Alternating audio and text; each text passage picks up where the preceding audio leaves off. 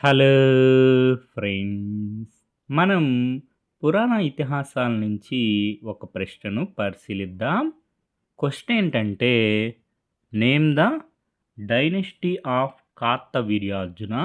కార్తవీర్యార్జున యొక్క వంశము పేరేమిటి అని ప్రశ్న అడుగుతున్నారు. ఆప్షన్స్ వచ్చి కురు, హైహేయ, బృహద్రథ, ఇక్ష్వాకు. సమాధానం హైహేయ.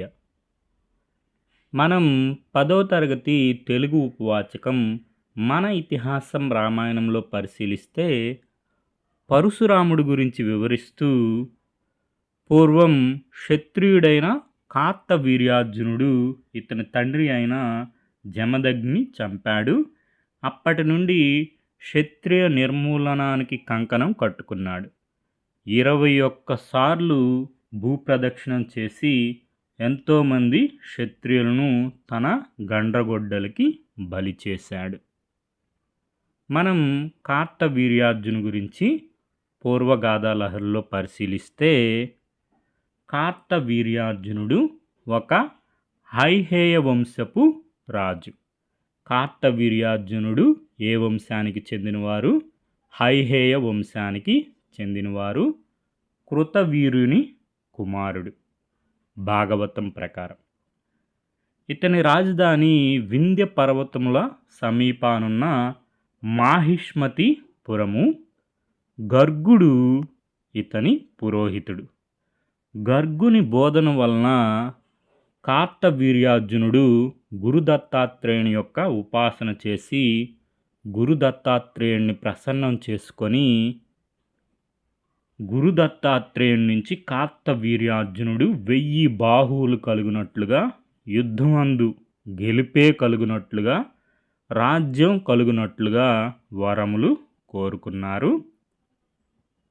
మనకి మైత్రావరుణుడు కార్తవీర్యార్జునుడికి శపించడం జరుగుతుంది. పరశురాముడు కార్తవీర్యార్జునుడి యొక్క బాహువులను నరుకుతాడు అని చెప్పి మైత్రావరుణుడు శపించడం జరుగుతుంది. ఆ శాపం వలన భయపడి విచారించి అప్పటి నుండి ధర్మ కార్యములనే చేస్తూ ఉండేవారు. కానీ అతని పుత్రులు అవినీతి పరులు. భారతం. కార్తవీర్యార్జునుడు మిక్కిలి బలాఢ్యుడని రావణుడు విని కార్తవీర్యార్జునుడితో యుద్ధం చేయడానికి రావడం జరుగుతుంది. అప్పుడు కార్తవీర్యార్జునుడు నర్మదా నదిలో స్త్రీలతో జలక్రీడలు ఆడుతుంటారు.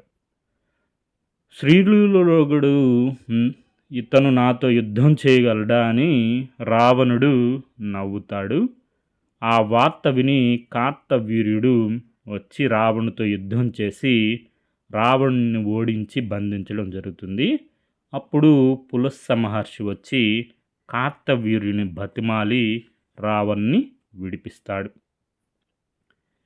కార్తవీర్యుని పుత్రులు జమదగ్ని ఆశ్రమానికి వెళ్ళి అతని కుమారులు లేని సమయంలో కామధేను యొక్క దూడను ఎత్తుకొస్తారు. పరశురాముడు కోపంతో వీరు నగరంకి వచ్చి కార్తవీర్యార్జునుని సంహరించడం జరుగుతుంది. భారతం ప్రకారం. మనకి మూలం పూర్వగాథా లహరి. కార్తవీర్యార్జునుడు ఏ వంశానికి చెందినవారు? హైహేయ వంశానికి చెందినవారు. హైహేయ వంశంలో 17వ రాజు. Okay friends, thank you for watching.